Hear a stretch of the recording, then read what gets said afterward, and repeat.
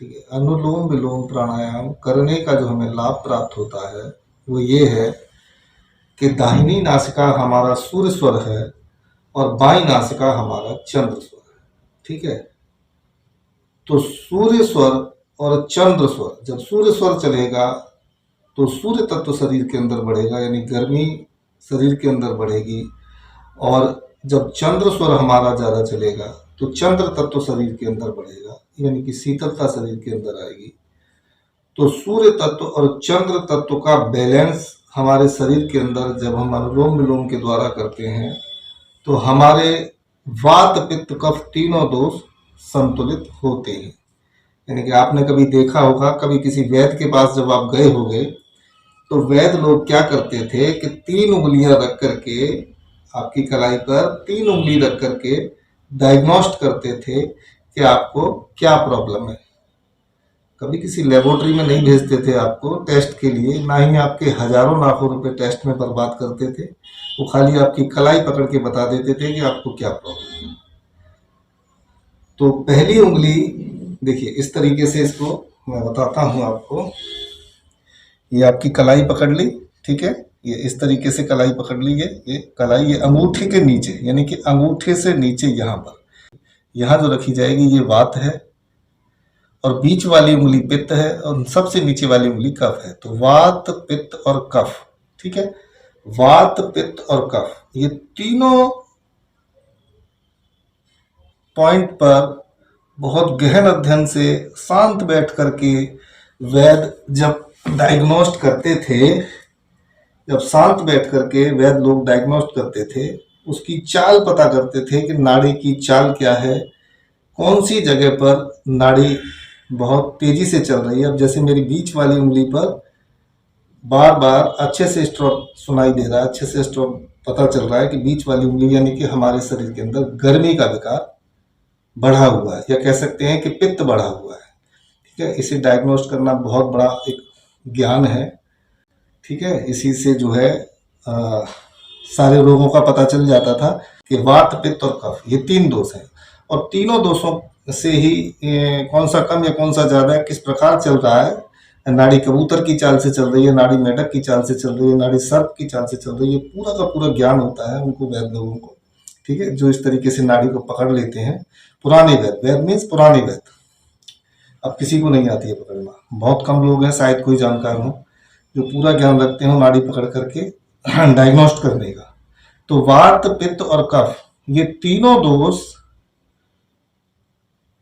हमारे नासिकाओं से संतुलित होते हैं, यानी कि अनुलोम विलोम के करने से, अनुलोम विलोम के करने से वात पित्त कफ तीनों दोष संतुलित होते हैं और शरीर हमारा निर्विकार होता है।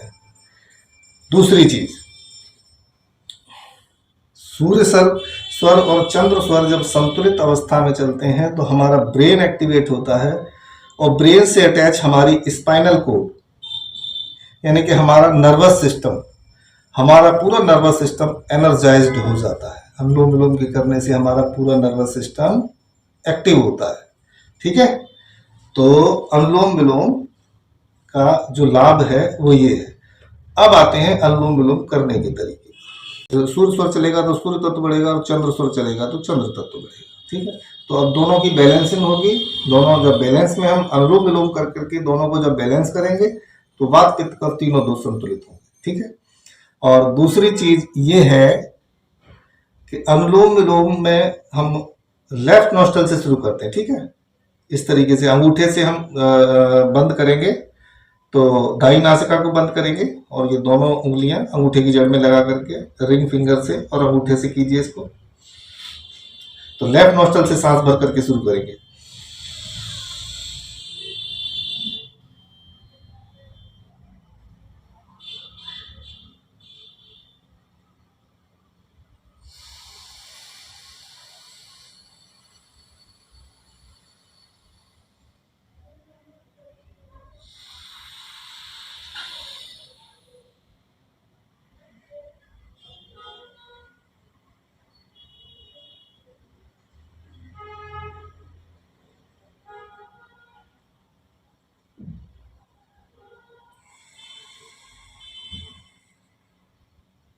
ये एक क्रम हुआ।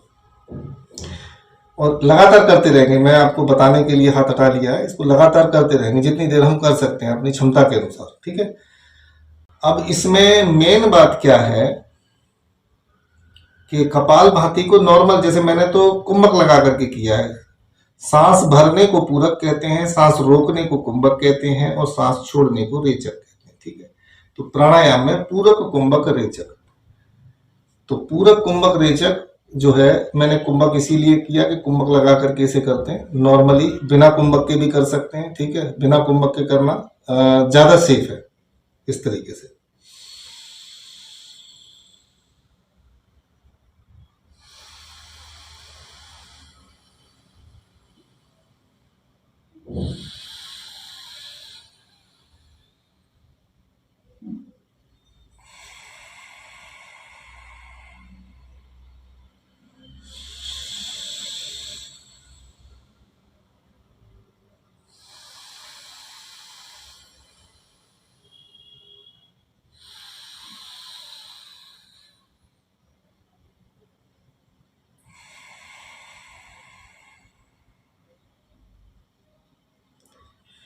बिना कुंभक के करेंगे ज्यादा सेफ है और उसका लाभ भी है, और अगर कुंभक लगा के करते हैं तो उसका लाभ अधिक है, ठीक है।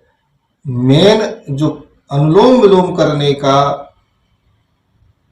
तरीका है, जो मेन अनुलोम विलोम का शास्त्रोक्त, जो शास्त्र विधि से अनुलोम विलोम जो बताया गया है, वो है 1:4:2 का अनुपात। अनुलोम विलोम में 1:4:2 का अनुपात। अब 1:4:2 का अनुपात क्या है?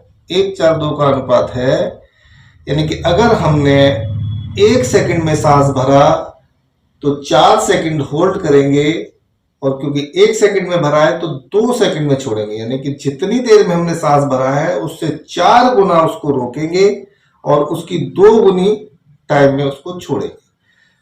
तो मान के चलिए कि हमने अगर 4 सेकंड में पूरक किया है, यानी कि सांस को भरा है, 4 सेकंड में अगर हमने पूरक किया है तो हम उसको 16 सेकंड होल्ड करेंगे, यानी कुंभक उसका 16 सेकंड करेंगे, और 4 सेकंड में क्योंकि हमने पूरक किया था तो उसका रेचक 8 सेकंड में करेंगे। तो 1:4:2 का अनुपात रख करके अनुलोम विलोम का सही तरीका है करने का।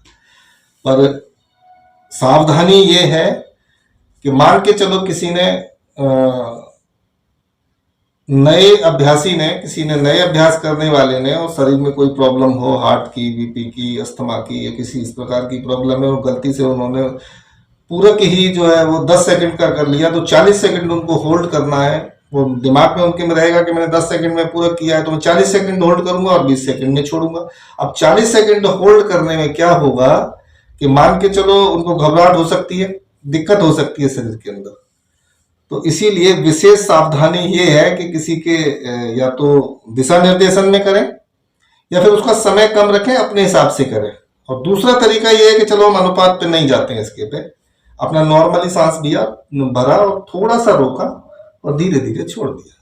फिर नॉर्मली थोड़ा सा उसको नॉर्मली सांस को भरो और थोड़ा सा होल्ड किया, यानी कि आराम से जितना कर सकते हैं, उसके बाद धीरे धीरे सांस को छोड़ दीजिए। फिर काउंटिंग पे मत जाइए। और अगर काउंटिंग की बात करते हैं तो 1:4:2 का अनुपात होता है अनुलोम विलोम के करने का। और इस धीरे धीरे करेंगे तो इसका समय का अभ्यास बढ़ेगा और इसका बहुत लाभ है। अनुपात से करके देखें, बहुत लाभ है। पर सावधानी पूर्वक, पूरक ज्यादा लंबा ना करें, पूरक बहुत कम समय का पूरक रखें, ताकि हम कुंभक आराम से कर सकें, उसका रेचक भी आराम से कर सकें। तो इससे हमारे वात, पित्त, कफ तीनों दोष संतुलित होते हैं, ब्रेन एक्टिवेट होता है और नर्वस सिस्टम एनर्जाइज्ड होता है।